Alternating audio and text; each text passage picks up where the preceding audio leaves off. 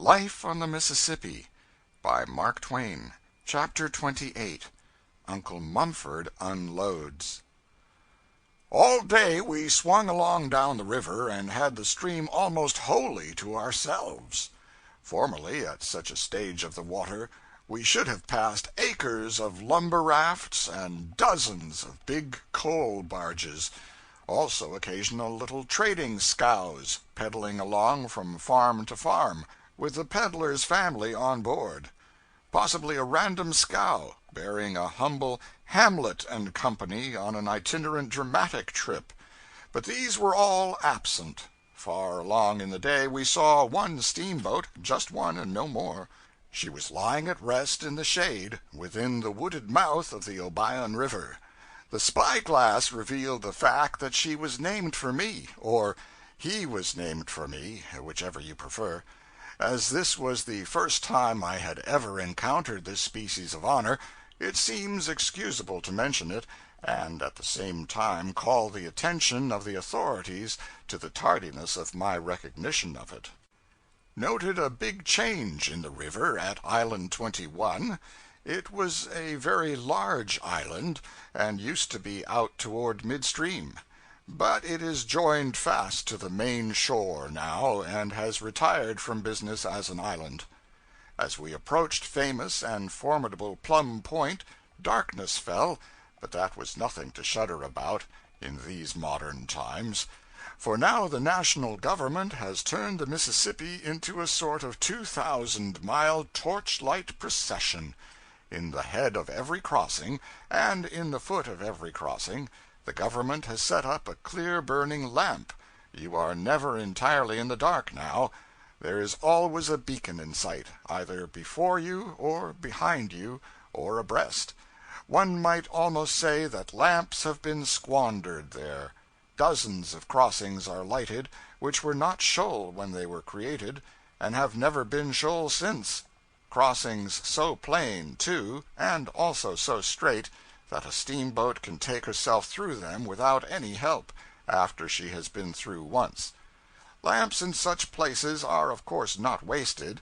It is much more convenient and comfortable for a pilot to hold on them than on a spread of formless blackness that won't stay still. And money is saved to the boat, at the same time, for she can of course make more miles with her rudder amidships than she can with it squared across her stern and holding her back. But this thing has knocked the romance out of piloting, to a large extent. It and some other things together have knocked all the romance out of it. For instance, the peril from snags is not now what it once was. The government's snag boats go patrolling up and down, in these matter-of-fact days, pulling the river's teeth. They have rooted out all the old clusters which made many localities so formidable, and they allow no new ones to collect. Formerly, if your boat got away from you on a black night and broke for the woods, it was an anxious time with you. So was it also when you were groping your way through solidified darkness in a narrow chute. But all that is changed now. You flash out your electric light, transform night into day in the twinkling of an eye, and your perils and anxieties are at an end. Horace Bixby and George Ritchie have charted the crossings and laid out the courses by compass. They have invented a lamp to go with the chart, and have patented the whole. With these helps, one may run in the fog now with considerable security, and with a confidence unknown in the old days. With these abundant beacons, the banishment of snags, plenty of daylight in a box, and ready to be turned on whenever needed, and a chart and compass to fight the fog with, piloting, at a good stage of water, is now nearly as safe and simple as driving stage, and is hardly more than 3 times as romantic. And now, in these few days, these days of infinite change, the anchor line have raised the captain above the pilot by giving him the bigger wages of the two. This was going far, but they have not stopped there. They have decreed that the pilot shall remain at his post and stand his watch clear through, whether the boat be under way or tied up to the shore. We that were once the aristocrats of the river can't go to bed now, as we used to do, and sleep while 100 tons of freight are lugged aboard. No, we must sit in the pilot house, and keep awake, too. Verily, we are being treated like a parcel of mates and engineers. The government has taken away the romance of our calling. The company has taken away its state and dignity. Plum Point looked as it had always looked by night, with the exception that now there were beacons to mark the crossings, and also a lot of other lights on the point and along its shore, these latter glinting from the fleet of the United States River Commission, and from a village which the officials have built on the land for offices and for the employees of the service. The military engineers of the commission have taken upon their shoulders the job of making the Mississippi over again, a job transcended in size by only the original job of creating it. They are building wing dams here and there to deflect the current, and dikes to confine it in narrower bounds, and other dikes to make it stay there, and for unnumbered miles along the Mississippi they are felling the timber front for 50 yards back, with the purpose of shaving the bank down to low water mark with a slant of a house roof, and ballasting it with stones. And in many places they have protected the wasting shores with rows of piles. One who knows the Mississippi will promptly aver, not aloud but to himself, that 10,000 river commissions, with the mines of the world at their back, cannot tame that lawless stream, cannot curb it or confine it, cannot say to it, go here, or go there, and make it obey, cannot save a shore which it has sentenced, cannot bar its path with an obstruction which it will not tear down, dance over, and laugh at. But a discreet man will not put these things into spoken words, for the West Point engineers have not their superiors any more. They know all that can be known of their abstruse science, and so, since they conceive that they can fetter and handcuff that river and boss him, it is but wisdom for the unscientific man to keep still, lie low, and wait till they do it. Captain Eads, with his jetties, has done a work at the mouth of the Mississippi which seemed clearly impossible. So we do not feel full confidence now to prophesy against like impossibilities. Otherwise one would pipe out and say the commission might as well bully the comets in their courses, and undertake to make them behave, as try to bully the Mississippi into right and reasonable conduct. I consulted Uncle Mumford concerning this and cognate matters, and I give here the result, stenographically reported, and therefore to be relied on as being full and correct, except that I have here and there left out remarks which were addressed to the men, such as, "Where in blazes are you going with that barrel now?" and which seemed to me to break the flow of the written statement, without compensating by adding to its information or its clearness. Not that I have ventured to strike out all such interjections. I have removed only those which were obviously irrelevant. Wherever one occurred which I felt any question about, I have judged it safest to let it remain. Uncle Mumford's Impressions. Uncle Mumford said, "As long as I have been mate of a steamboat, 30 years, I have watched this river and studied it. Maybe I could have learnt more about it at West Point, but if I believe it, I wish I may be—" "What are you sucking your fingers there for? Collar that kag of nails!" 4 years at West Point, and plenty of books and schooling, will learn a man a good deal, I reckon, but it won't learn him the river.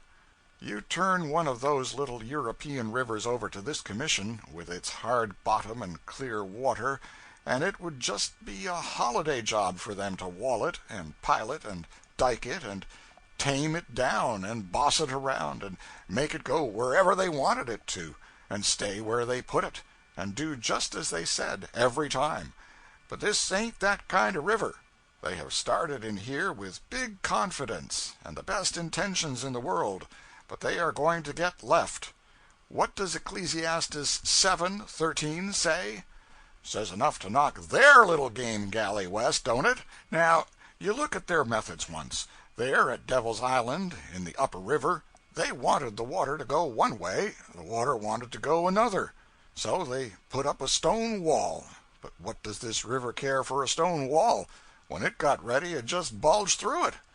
Maybe they can build another that will stay, that is, up there, but not down here they can't.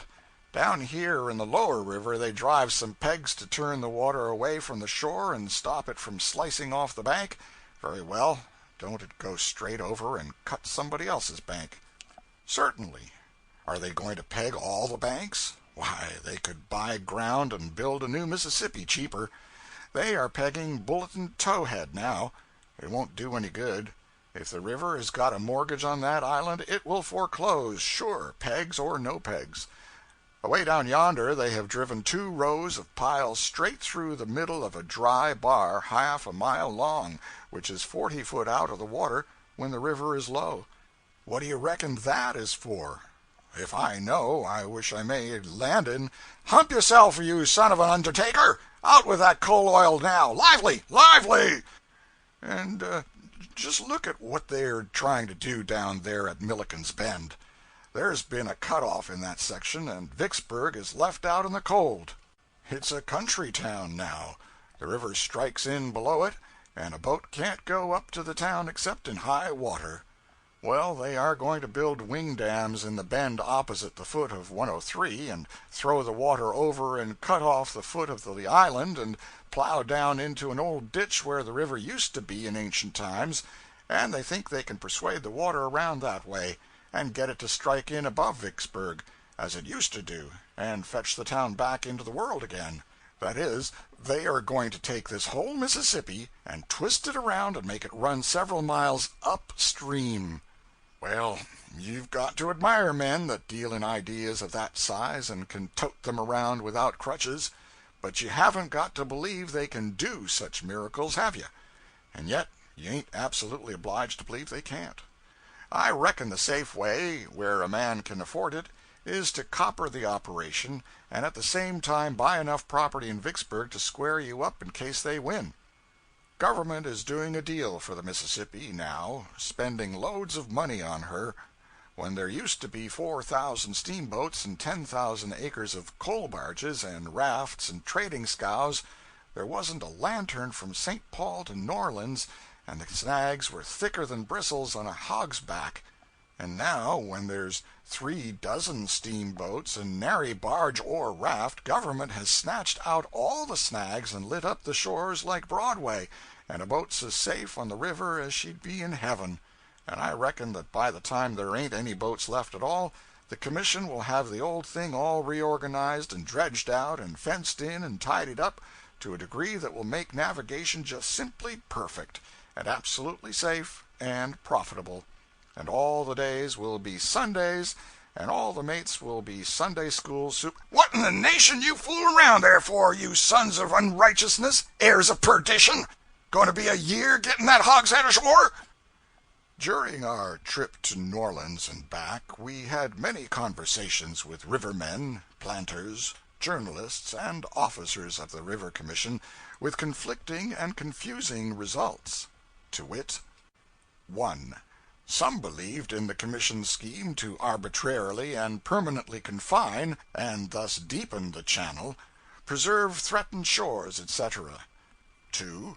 Some believed that the Commission's money ought to be spent only on building and repairing the great system of levees. 3.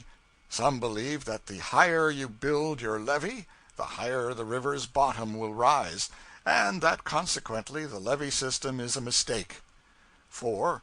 Some believed in the scheme to relieve the river in flood time by turning its surplus waters off into Lake Borgne, etc.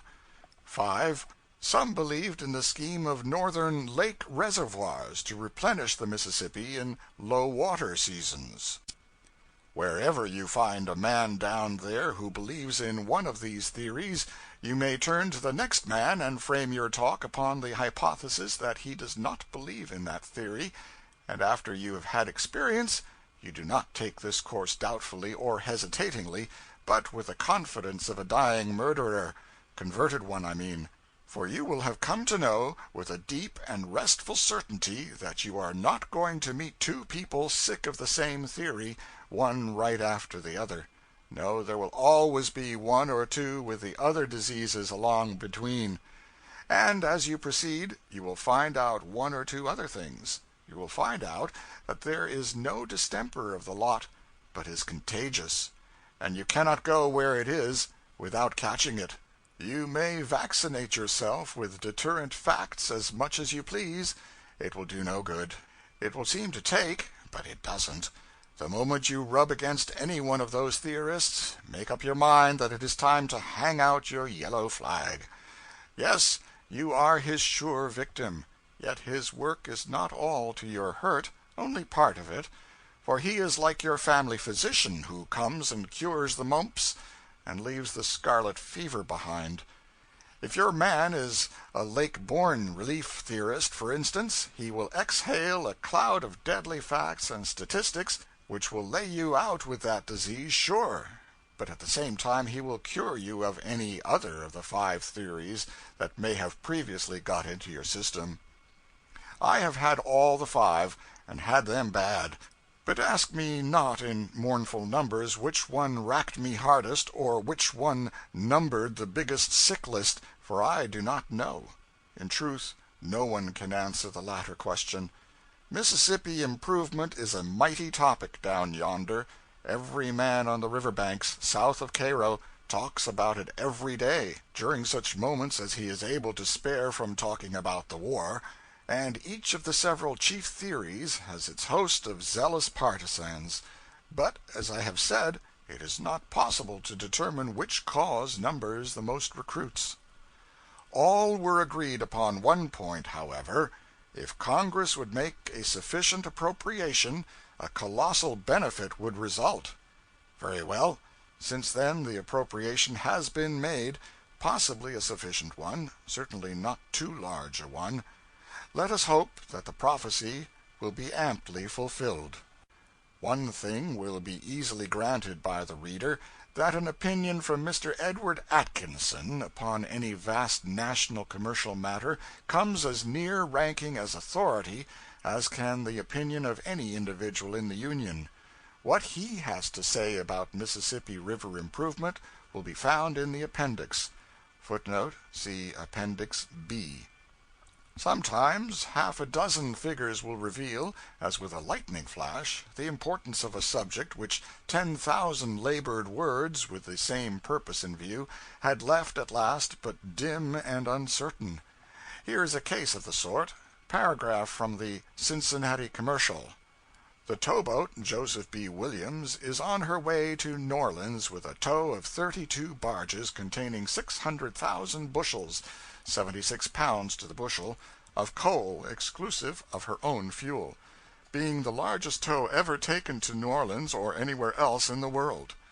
Her freight bill at 3 cents a bushel amounts to $18,000. It would take 1,800 cars of 333 bushels to the car to transport this amount of coal. At $10 per ton, or $100 per car, which would be a fair price for the distance by rail, the freight bill would amount to $180,000, or $162,000 more by rail than by river. The tow will be taken from Pittsburgh to New Orleans in 14 or 15 days. It would take 100 trains of 18 cars to the train to transport this one tow of 600,000 bushels of coal, and even if it made the usual speed of fast freight lines, it would take one whole summer to put it through by rail. When a river in good condition can enable one to save $162,000 and a whole summer's time on a single cargo, the wisdom of taking measures to keep the river in good condition is made plain to even the uncommercial mind. End of chapter 28.